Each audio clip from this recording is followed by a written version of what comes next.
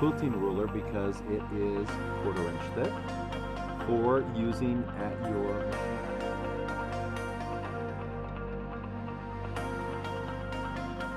We'll just use a ditch ruler.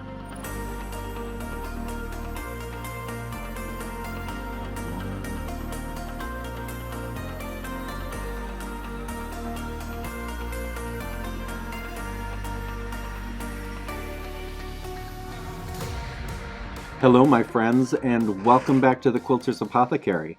Today I am extremely excited to introduce you to a wonderful new member of our ruler family, which is the Tidal Wave Rounds. And they are our In Cahoots series because I am in cahoots with my dear wonderful friend Sue Heinz to design a wonderful series of rulers that we are just having a blast coming up with and figuring out designs and just being creative, because that's what surface quilting is all about, and design work. So number one, the ruler series itself, which we're showing right here, is at this point a series of 6 rulers. They come in 4, 4.5 sizes, and then the next two would be 6, 6.5, and then the next 2 rulers would be 8, 8.5, which makes a total of 6 rulers.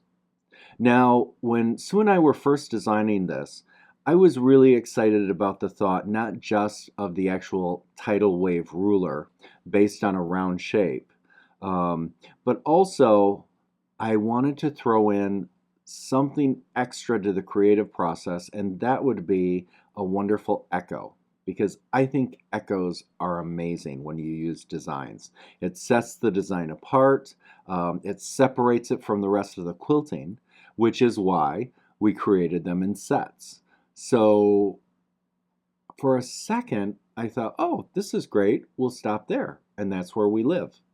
But once I received the whole set of 6 and started playing, what I realized is the echo is wonderful, but then when you add the other rulers into the series and use them, all 6 of them, in the design process, if you want something more extravagant, you come up with some incredible designs. For example, this one shown here, which I think is awesome. It takes all of the wonderful parts of quilting, feathers and circles, and of course the new tidal wave, and makes an amazing medallion. So this first tutorial is going to be an introduction to the tidal wave rounds, and then we're going to take it and we're going to utilize it for some basic designs of some of the different things we can do with the shape itself in a block format, as well as making these amazing medallions that you can pop into new modern quilts or in an open area in a quilt. It doesn't just have to be in a block. And then our next tutorial is going to focus on something that I'm really big time excited about, and that is borders. Because borders can be a little not fresh, right? We've kind of seen it all in the quilting community. And to see something fresh and then also to see it freshly applied is something I'm extremely excited about. And I've done a few of these designs on a border, and I think they're going to blow your mind, just like mine. So let's introduce you. Let's go down, and we're going to work on paper first, and we're going to talk about the shape itself, and then we're going to go into some of the things you can do with this wonderful new ruler.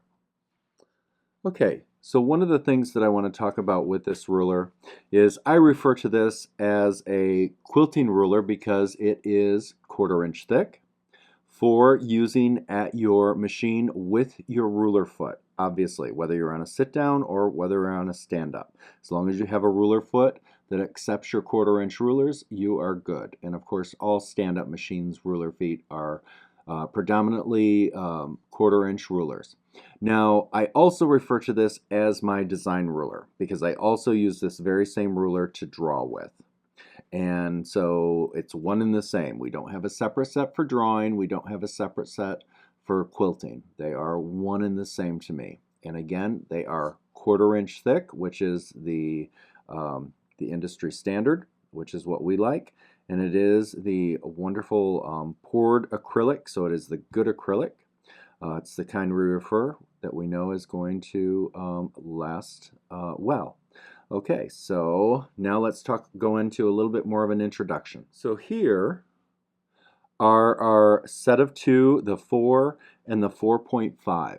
So there is the smallest version of the rounds in these that we have at this point.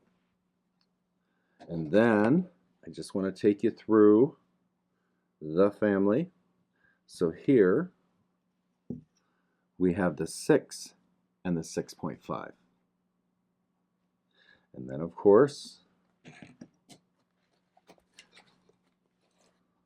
we have the parents, which is the 8 and the 8.5, which is a wonderful size for blocks. Now, what I love about these is the fact that, of course, you can utilize them in tandem in so many different ways, by overlapping, by doing a bunch of different things. Let me put these in our pile here. We also want to remember that whenever you're using these, when you see the In Cahoots and the tidal wave, you want to make sure that you can read that right side up, because as you look at this, you can read it. That means the etching, because these rulers are etched. They are not screen printed, i.e. they're not going to wipe away and then you're going to lose your favorite ruler, because a month from now you won't be able to read everything. So these are definitely etched, and they are going to last a lifetime as long as they are well cared for. Now, with these, if, as I was saying, they're flipped like this and everything's backward, then you're going to get a bit of a double vision, because now the etching is at the top. And when you're trying to mark with these or to quilt with these, then you're not going to get a good read. So you always want to make sure the etching is facing down. And you know that because you can read Sue Heinz and Jamie Wallen in Cahoots. You can read that properly. So now let's talk a little bit about what do these actually look like when they're applied. We're going to apply them to paper to start off with. Okay, so let's start with number 1. I made a mark where I wanted to center everything. Now again, if we were doing a block, you would want to do the same thing. Right now we're just kind of doing just a quick introduction to the tools itself and the sizes and how they relate to each other. So there's our middle. I'm going to line up. This has a wonderful mark right there in the middle. I can line right up with the mark that I make there. And I'm simply going to mark around it, just as if I were marking on a quilt. And remember, if I'm marking with a tool with anything that has an innie and an outie, I want to make sure to maneuver my marking tool so that the marking part stays right against the ruler.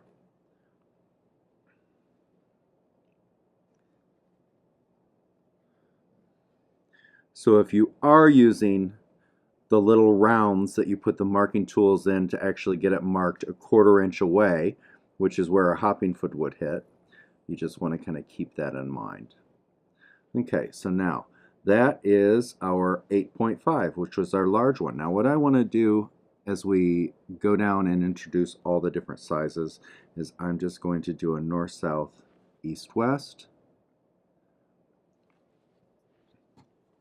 Mark there, and there is the shape itself.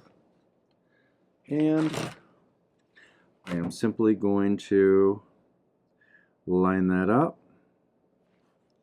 and give myself a crosshair as I take you down the sizes. Let me put that there so I can see it.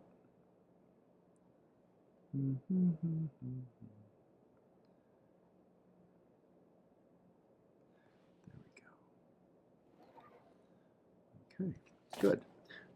Now I'm going to go down to the next size down, line that up, and of course now with that mark there, And again, this particular ruler, in the out portion as well as the cleavage in between each one, we have registration marks. We also have a wonderful registration mark here, which is something that the wonderful Sue Heinz came up in this design with, to actually do ribbon work with this particular design, which is a tutorial that we'll do down the road.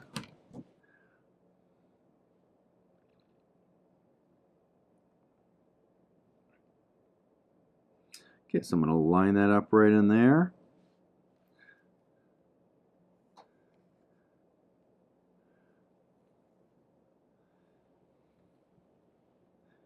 And what we're doing right now is I just want to do this so that you can see how these are in relation to each other. Not just the sets of two, but also, now see, that's really cool, in relation to large to small, because when I initially had said I really like the idea of echoing, and we did the echo around ruler, i.e. the ½ inch different to make up the set. What I wasn't taking into account is the way that the rest of the series of 6 would relate to an initial set.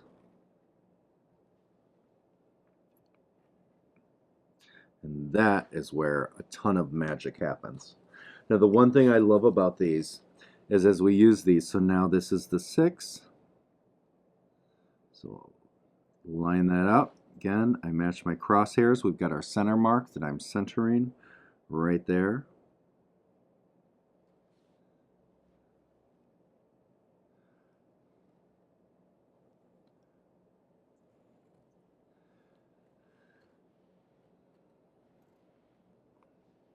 Coming around. And even this as a design inside of a really cool block, I think is incredible. And we'll even play with this itself to even make it better. Now, this particular one is actually going to be my 4-inch, but we have a little bit bigger one. We have the 4½ inch. So let's line that up. Again, I've got my center marked. I'm going to line up my crosshairs.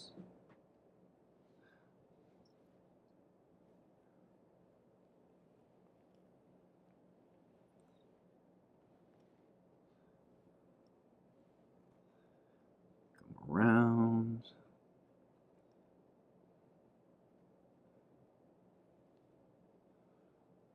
Okay. Oops. Down. And then I've got the 4-inch.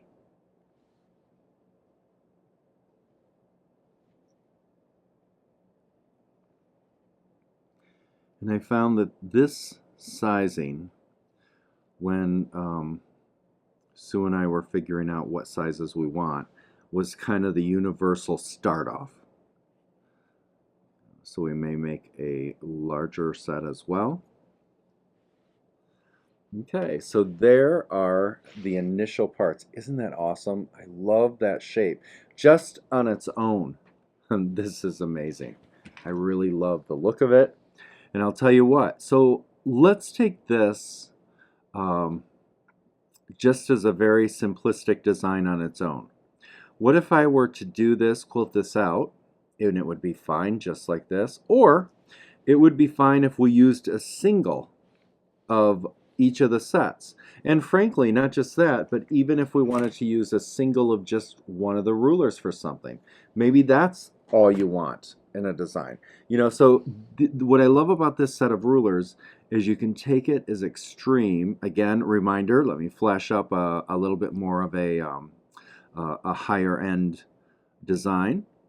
So see, you can take this and do something extreme, or you can do something very simple. And when I think of this, what I loved about this and why I really pushed for something that was circular shaped is that I get, I'm definitely big on feathered wreaths, as most of you know, but sometimes I get tired of circles, so I like ovals as well when I do my feathered wreaths.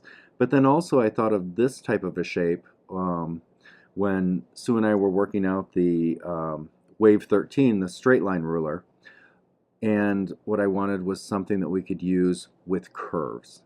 And this kind of was that wonderful marriage of ideas that then she bounced and she came up with the next section of it, and then I'd bounce off that, and it just became this wonderful, wonderful series of these wonderful designs.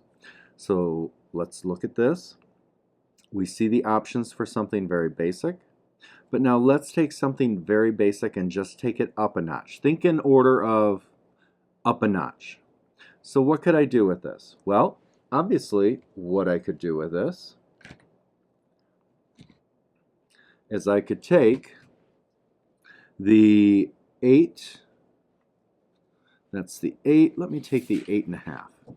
We're going to go back to the 8.5, and I'm going to line this up back in the middle, but as you can see, there's where we had our original. Now, I want to offset it so that we have another notch, these divots, hills right in the center. So I'm going to line this up in the center, take my crotch lines and line those up on my lines that I made for my crosshairs.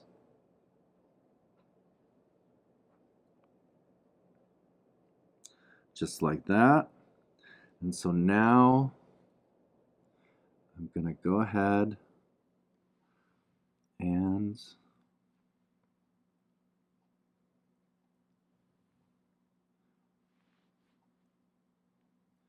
mark those. Now this is a design tutorial, so we're doing design work for this, and then on the next tutorial, the part 2 of this, we're going to be doing border designs, and then part 3 is us at the machines seeing how I would maneuver some of these designs to make it simple.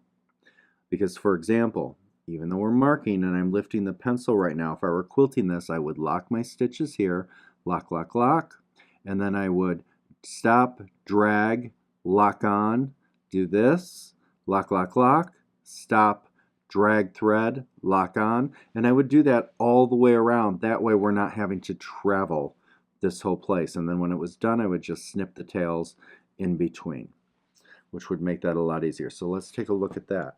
So now we have that really cool tuck behind.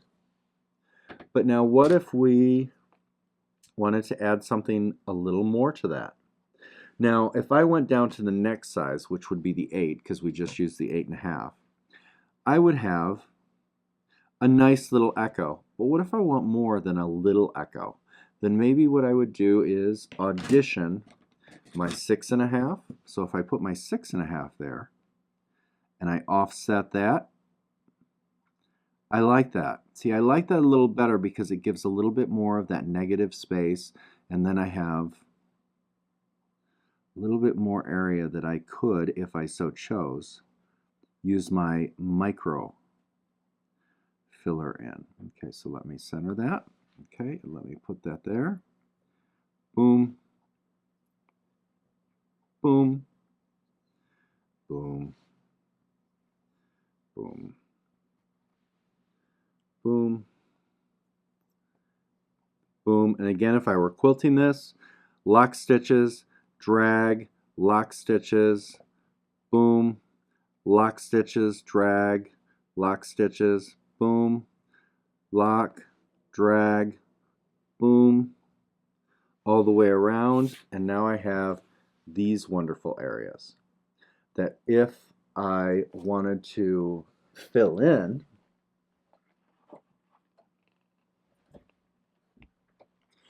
I could go ahead. Now obviously this is a whole different design, but then I could fill in with micro work.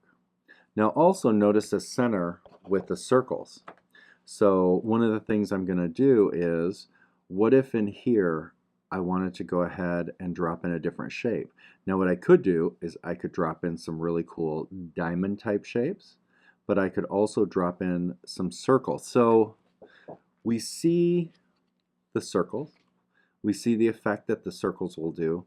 Let's take this in a little bit different direction so you get a few more ideas for your coffers, and let's grab a diamond. Okay, so now I have my shapes for my diamond, and so I want to put some sort of little something something in there. And so utilizing my crosshair marks, what I'm going to do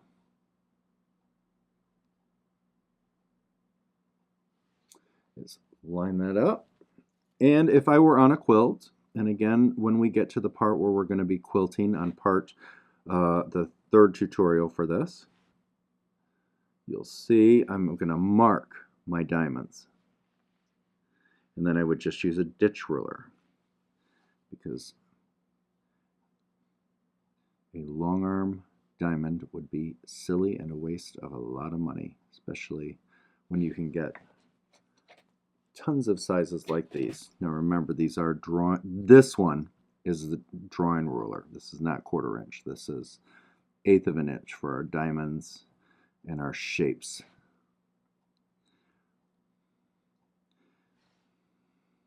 Okay, so now I could stop there. So now we have that. So now we've taken that design and we've made it something that we can go in and doctor up and do some incredible things. Now, with this particular design, what are a few different ideas? What I might actually do is I would, of course, when I quilt this, do nice thick line, 1, 2, 3, 1, 2, 3, 1, 2, 3, 1, 2, 3, come back, 1, 2, 3, 1, 2, 3, follow that up, over, 1, 2, 3, 1, 2, 3, and then I've got a nice looking double diamond design here. Let's say I use metallic thread for that. Let's say I use metallic thread for all of these. Now for these, it's up to you. I think single stitch is fine, but I could do that thick stitch around all of these shapes. And then once you get this in, then it's about what are you going to do with it after that? Because this alone would be fine. But I might want to take it a little further and put micro filler in all of these areas. And then what I might want to do is put, and this is where you make a decision. I could either put micro filler in these wider echoes where it skips from the 4 series to the 6 series, and then the 6 series to the 8 series, and I could fill in these, or I could fill in the narrows. So that's where you kind of have to make your decision of how you want to do this. And then of course you decide here, what do you want to do in this section in the center? And one of the things that I might do is, since this would be thick and thick, I would go ahead maybe and put microfill in here. And then maybe what I would do is in this center section around the diamonds up to the first what we would call the 4-inch tidal wave, is maybe I would work from the center and do nice pinstripes all the way over. That's going to be some work because we want to make sure to mark all the way down so that those marks between here and here match the mark between here and here. Now remember, because of this shape, once we get over here, you're going to have to work and play a little bit here, which I love the idea. That doesn't bother me whatsoever, but some of you may think, I'm not sure. And then what I love is if I did those straight lines, almost miniature piano keys, then what I might do is go in and fill in every other one, which would give this amazing texture in the middle. Again, these are just ideas for you to work with yours, or you can also use this working with any other shape that you might use. This would apply if you had circle rulers that were set up at 1/2-inch increments. If you had ovals, you could do the same things if you had our oval rulers. You could do the same thing if you had diamonds. You could do, so you can utilize this even if you're not utilizing it for these amazing tidal wave rulers. Okay, so this would be an initial idea. Now this took it up a notch again. You starting with maybe one of these shapes with an echo might be exactly what you want to do as a simple design. So now what I want to do is let's talk a little bit about how I would take this ruler in a block, and we're going to create this type of a block design. And I'm going to add something a little bit extra at the end of the center medallion portion. Okay, so now let's take that wonderful design and let me show you step by step how I do it. Now I might put a little bit of a spin on it, but also I'll explain when I get to that point how I did the initial design shown here. Okay, so let's go down to the table. All right, so here we have a block. Now in this case what I'm going to do is I'm going to pretend that it's a rectangle block. It could be in a square block. It could actually be in a round shape. It could be in a hexagon shape. Doesn't matter. You're going to drop this design in the dead center. So you would locate the center. In this case what I did is I simply put a ruler here and then here and located and pinpointed the center of my block. The next thing I'm going to do is I would decide on the sizing for the shape of this particular block, and I know that I have picked out for this particular one, in case you want to duplicate this, the 8.5 as well as the 6.5. So I've got the 8.5 and the 6.5. Okay, so now the next thing that I'm going to do is in my block shape, I want to go ahead and put a vertical line down the center. And do you have to do that? No. But I want my up and down, and I will show you exactly what I mean by that in just a second. So I would line up a ruler, line that up. I've got my center point right there. So I know that my vertical line is straight up through the center there.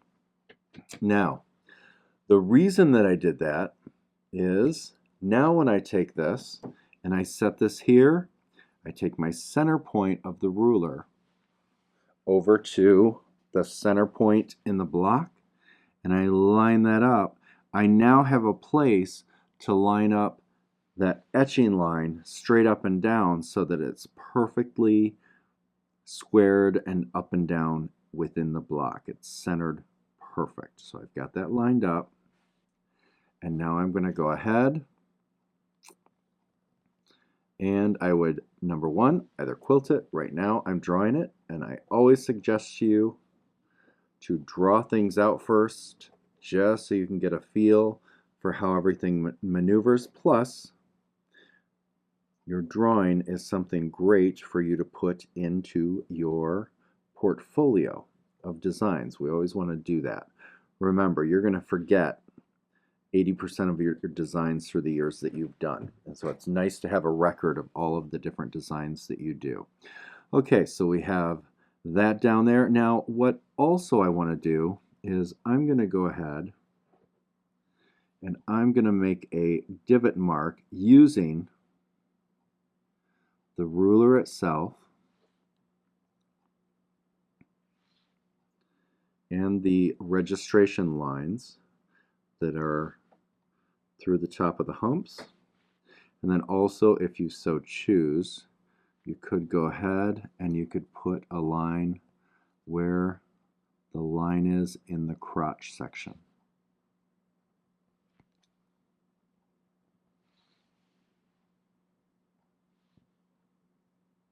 That way it's just there. Okay, so now I've got those, got my registration lines in place. Now I'm going to grab my 8.5. And instead of using like the 6.5, I wanted a bigger echo. I wanted a more extreme effect for this particular block design. A little more drama. So I'm going to line that up. And I'm also, as I put the center is always the first place you go. And then once I get that center, now I can turn it to match my lines to that vertical line that's there, as well as it hits, since we did the small shape first, the lines hit the inner portion of all of the other reference marks that I put there. So then I would either mark, because we're on paper, or if you were at the machine, you would be quilting. And again, if you want true to the quilt, if you were marking on paper, what you would use is one of the little circle cylinders with the holes that you could put your pencil in and go around, and that would give you your 1/4 inch seam allowance.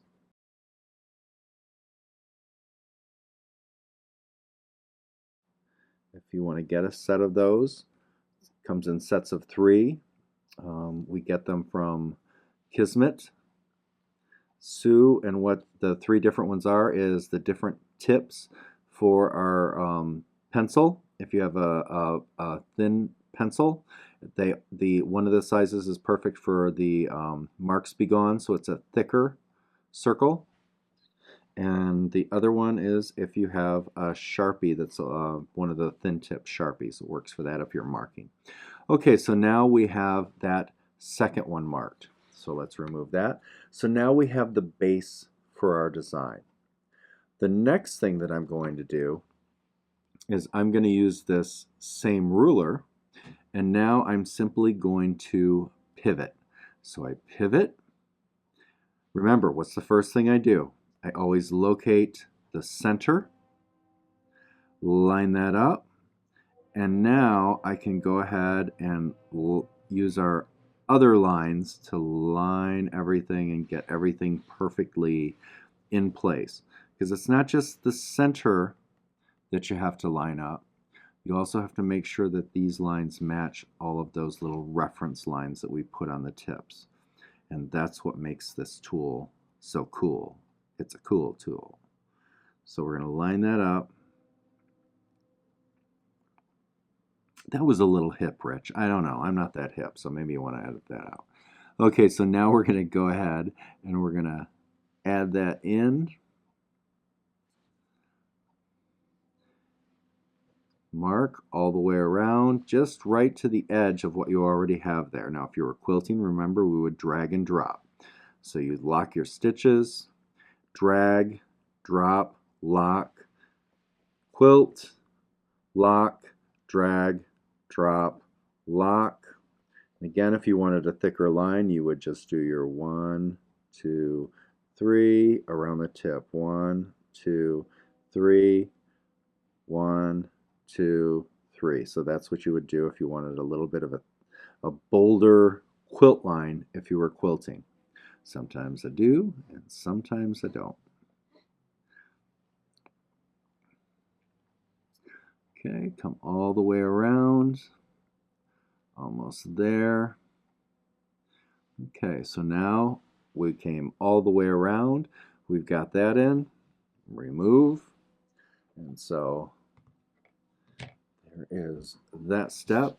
And the next thing we're going to do is we're going to re-grab that initial size that we had, which was the 6.5, which we did on the inside portion. And now I'm going to go ahead and we're going to pivot that one too to put that little extra echo in there. Let me bring the marked out design. So that would be this little guy here. Again, if we went with the 8.5 is what we used out here. If we went with the 8, it would give an echo. It just wouldn't give a very big echo. So here's our 8.5. Here is our 8. It's always good to go ahead and just have a piece where you can see the 8, 8.5 compared to the 6.5, 6, 4.5, 4. Okay. And what I love about this, by the way, is that our 8, 8.5, 6, 6.5, we decided to make it a little more fancy and went a little narrow with our echo down the side. It just adds that wonderful movement that makes this design what I think is a little more exciting.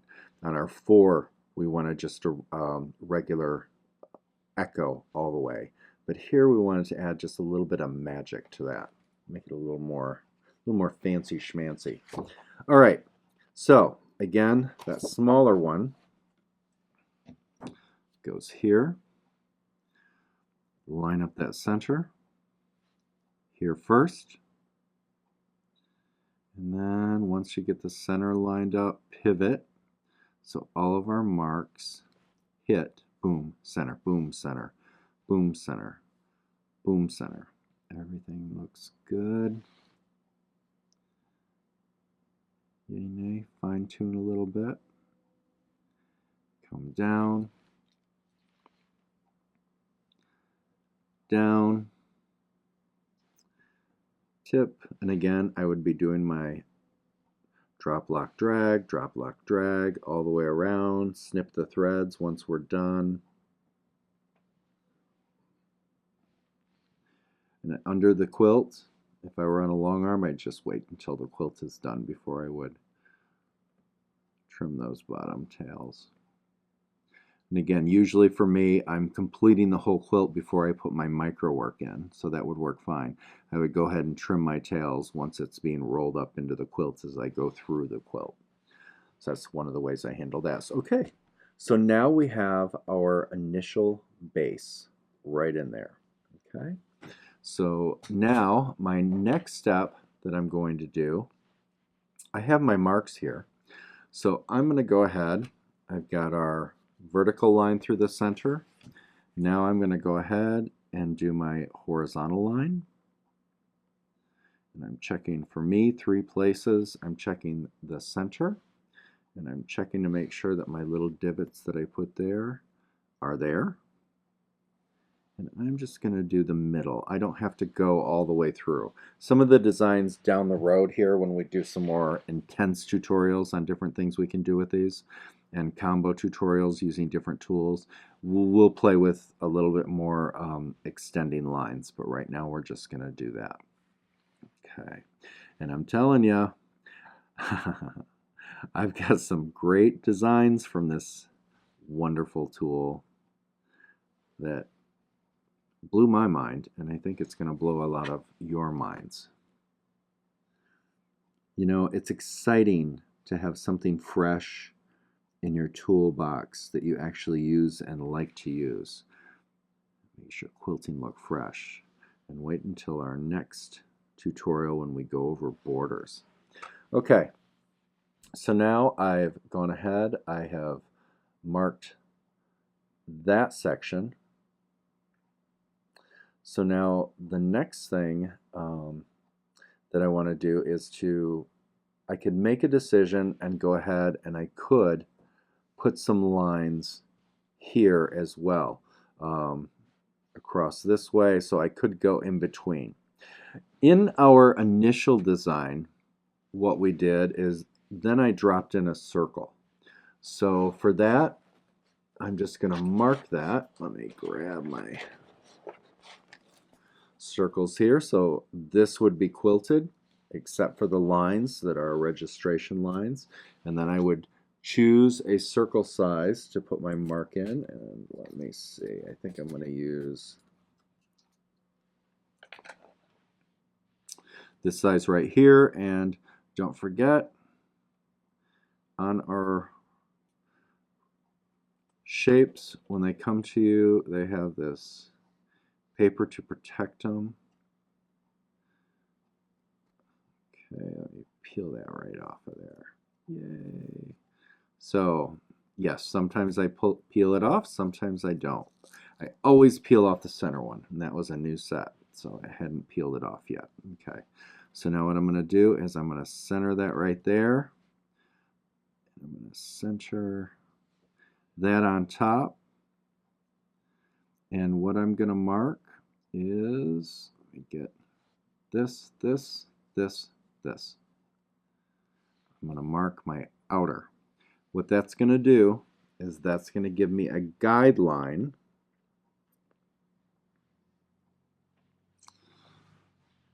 for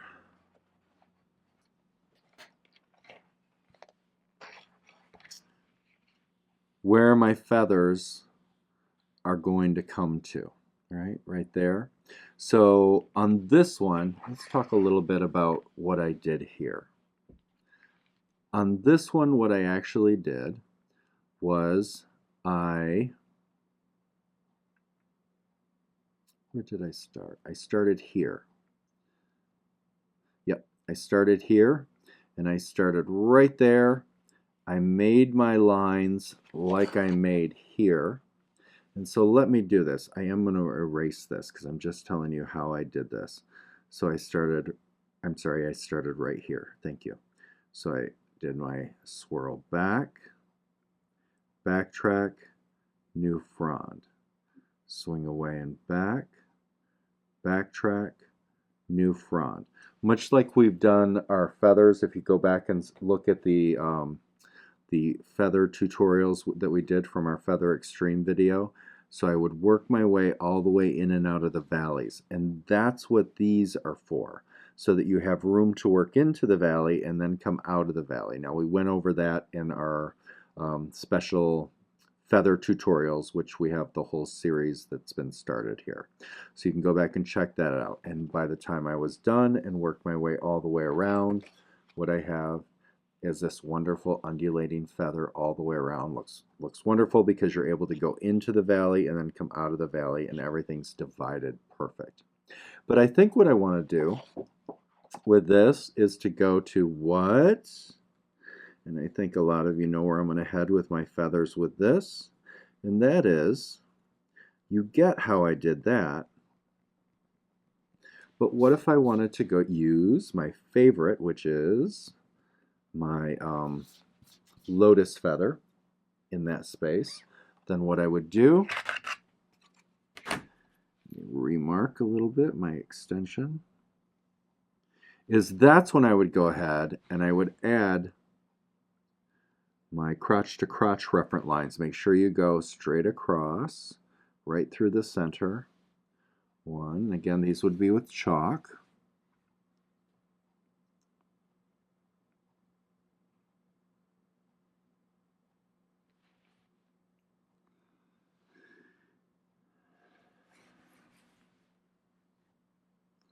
Line that out. Make sure my head doesn't get in the way. Did I miss one? Yes. Right through there.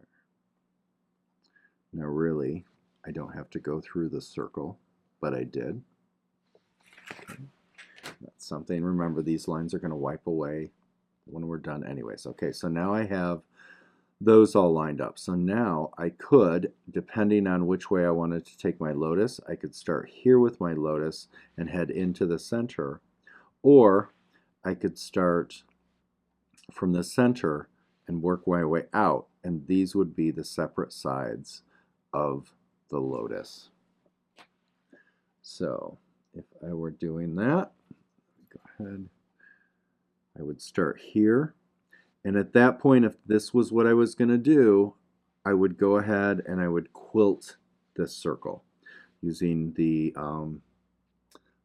inside circles that we have, the puzzle piece. So I would lock, teardrop, swing up, backtrack, new frond, keep it tight, swing up, backtrack, double bump, swing around, come in, swing up, backtrack, and I would just double bump down that side, because a double bump, remember from our Feather Extreme, a double bump is going to fit into those awkward spaces. Same thing here. Swing up, frond, keep it tight though, because otherwise you're going to run out of room here. Swing up, backtrack, double bump, curve around, in, and then here you want to go ahead and swing up, back, double bump, come around, you would follow your circle back around, and then you would start again. So you would end up with 1, 2, 3, 4, 5, 6, 7, 8. You would end up with 8 of those really cool lotus looking feathers. And then of course at that point what I would do is I would go into here And I would lock my stitches and start doing my micro work here to fill that in to get this wonderful effect here. And then, of course, I would have, instead of this undulating feather, I would have a lotus feather around the outside. Now, the one thing that I also want to add is this, and I want to show you one last thing that'll give us 3 good ideas for you to get started. Okay, so we have this. Let's just say I've got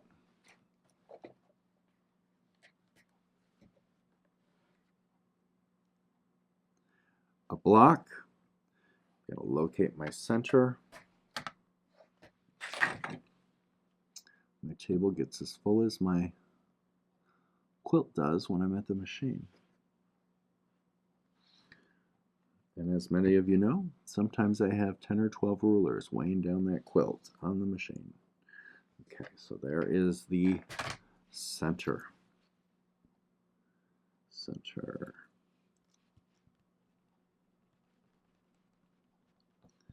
Get rid of that.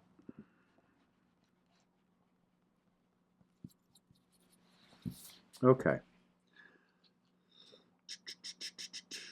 What am I doing? What am I doing? Where am I going? Okay, that's right. All right, so now I am going to grab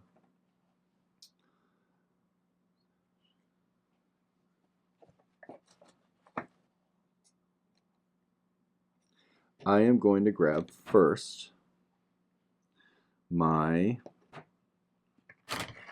4-inch, which is the smallest. I'm going to line that up. We'll pretend that this is just how we did before. I'm going to choose to put, if you don't care how that shape pivots on there, you're fine. I like to center it. And if the rectangle were landscape, then this is how I would center it, this way, if that's how the quilt was laid out. But if it was portrait, i.e. the blocks were long, then I would go ahead and do the same thing. So I would do it this way, of course. But just want to clarify because I know those questions come up for folks. Okay, so now I have that. I'm going to start here with my 4-inch. And I'm simply going to mark. So I line up my vertical line here. I've got my center there. Got this. I am marking now. Even if I were on the quilt, this is a mark. This is not the quilting. So that is my 4-inch. I would then go to my 6-inch.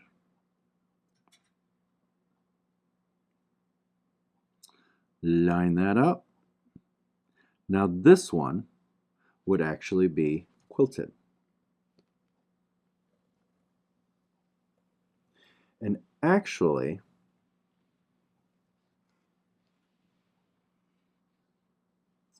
for this one, that 1/4 inch, like I wouldn't use a 1/4 inch extender to mark that first 4-inch. I'd want it in tight like that. So I would put this like this, all the way around there. So now I have that one. And now I would grab my 3rd and final, which would be drawn. So this middle one, drawn. Next one out, quilted. Next one out, and I think I'll grab the 8.5. Line that up.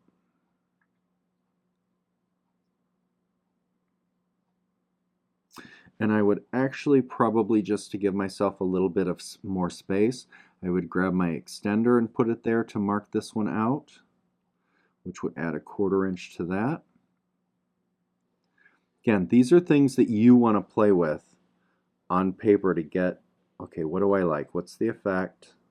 It's part of building your portfolio.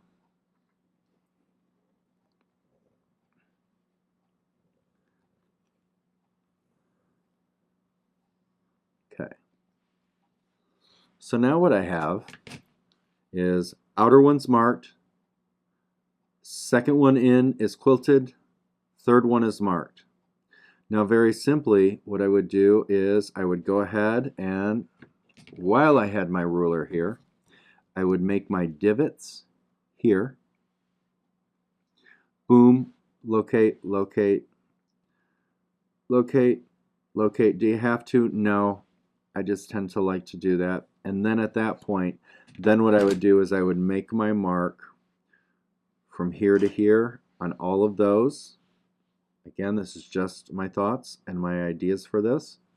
And then what I would do is, if you wanted to feather, if this is the inside, the middle of your wreath, then very simply, you would be feathering around the inside. And that's where those registration marks might come in handy if you wanted to split that evenly. You could do some really cool play with some lotusy type feathers. But right now, let's just stick to regular wreath type feathers with this wonderful tidal wave shape. Go down into the valley. And again, this is where a mark here where that center was might come in real handy. So you'd stop there, curve, bump, head up, curve, bump, head up. So you go up and continue all the way around there, and then of course you have your inside of the wreath. So you would end up doing your inside feathers. Bump.